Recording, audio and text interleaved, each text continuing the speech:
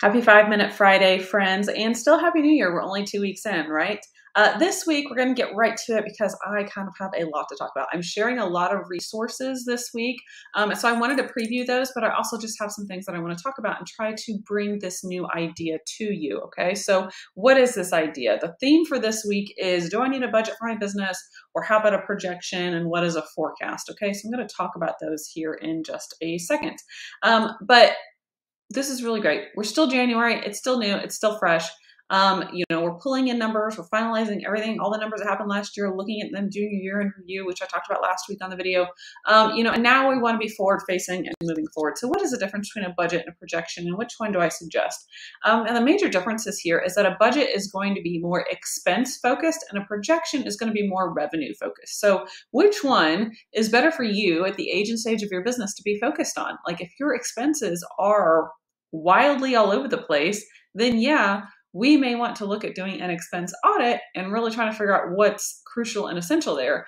But at the end of the day, if you're in a position where, hey, I just really need to generate more cash and we need to look at your revenue streams and we need to do some real life projections on what your opportunities are. So budgets over here, again, we're going to look at the history, what you paid out last year, what's expected for any increases this year. Some people don't like it because budgets, they sort of shy away from them because it sort of sets you back down into a scarcity mindset. Like, well, this is what the budget says. We can't go over the budget, et cetera, et cetera. That word just keeps coming up and up again. And it's usually like on a more negative connotation, right? Nobody's excited about doing budgeting work. And what I find is that it's really easy to shift or to steal and say, oh, well, if this got overinflated in one category, we're just going to kind of shove it, bring it from that other category and just like ignore what was there. There's a lot of, mismatching and backdoor dealings maybe that happen with budgets. Projections are forward facing, right? And they are more focused on your opportunities. So we do pull some historical information. We're looking at your real revenue from the last year, and we're looking at opportunities to where we can grow. We bring in things like, how many patients do you see per hour? How much do you charge these patients? What's your timeline like for generating cash in your business? And again, we're future focused, okay? It is hypothetical, but we bring in that reality to it, okay? And we're matching your expectations and then what your goals are so we can push a little bit and really see what things are gonna look like. So let me give you some examples of these. I'm sharing, like I said, a lot of resources today.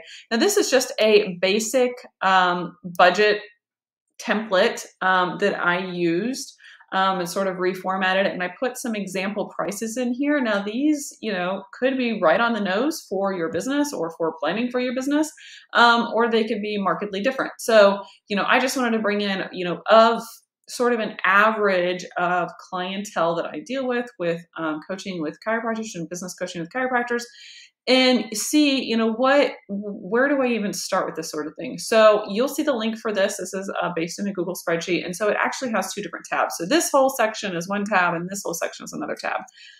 Big caveat to this one here. I like it, but I don't want you to get paralyzed in figuring it all out in this one, because there are different apps and softwares that you use, to do your line by line accounting and bookkeeping essentially within your business. So this is really great in the planning stages, but don't get bogged down with like making sure you've got all of your expenses and all of your income, entered and categorized, etc., so that it's all matching up. I really just like this because it's easy, it's visual, you pop some numbers in there, and you can move on. Okay, so you'll see that here in just a few minutes.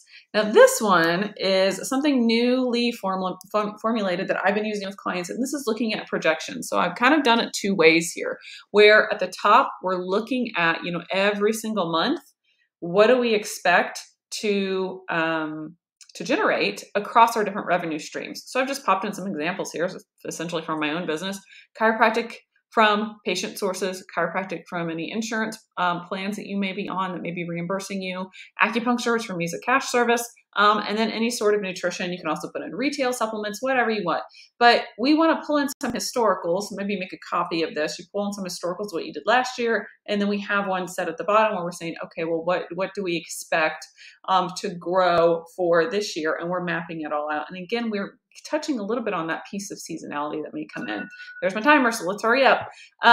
Down here at the bottom, I've kind of popped over some of our profit first calculations. So you'll see here that these are the by the book examples of, how we can work within these percentages based on the stage of your business or the revenue generation annually of your business.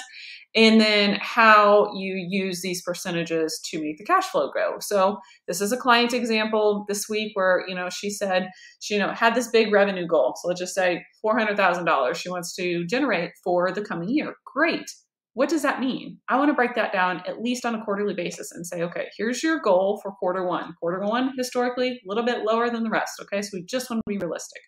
And then we kind of ratchet that up a little bit for quarter two, quarter three, quarter four for the past year. This past year was one of her best for this client. So I'm like, okay, well, let's not ignore that. I don't think it was a fluke. I think it's something we could try to plan on. Okay. And so with this client in particular, we are working on getting her percentages for profit first to where we want them to be. So I've just mapped out, like, if this is your big goal, let's just break it down and say, what does that mean for you, for what you have to generate? What does that mean for you, what your annual compensation is going to be? Okay, so for total compensation for the owner of the business, we have owner's pay plus the profit distributions. Okay, that's not a bad gig, right? We also have some money we're setting aside for emergency funds, rainy day funds, etc. The money we're going to set aside for taxes. This was based on 10%. And then all the rest is operating expenses. Okay.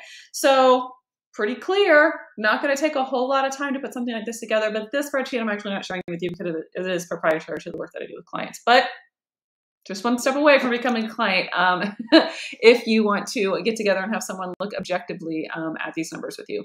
So the other share that I'm recopying forward is something that I created quite a while back on one of the summits that I spoke on, was, again, just another worksheet to sort of work through if you're trying to run your own profit assessment or you're trying to, get to your essential costs of doing business, just laying this all out and seeing it on a 1-pager or a 2-pager can be really great and powerful. So I'm going to put a pin in it. Reach out to me, hit reply if you have any questions. Okay. Have a good weekend, everybody.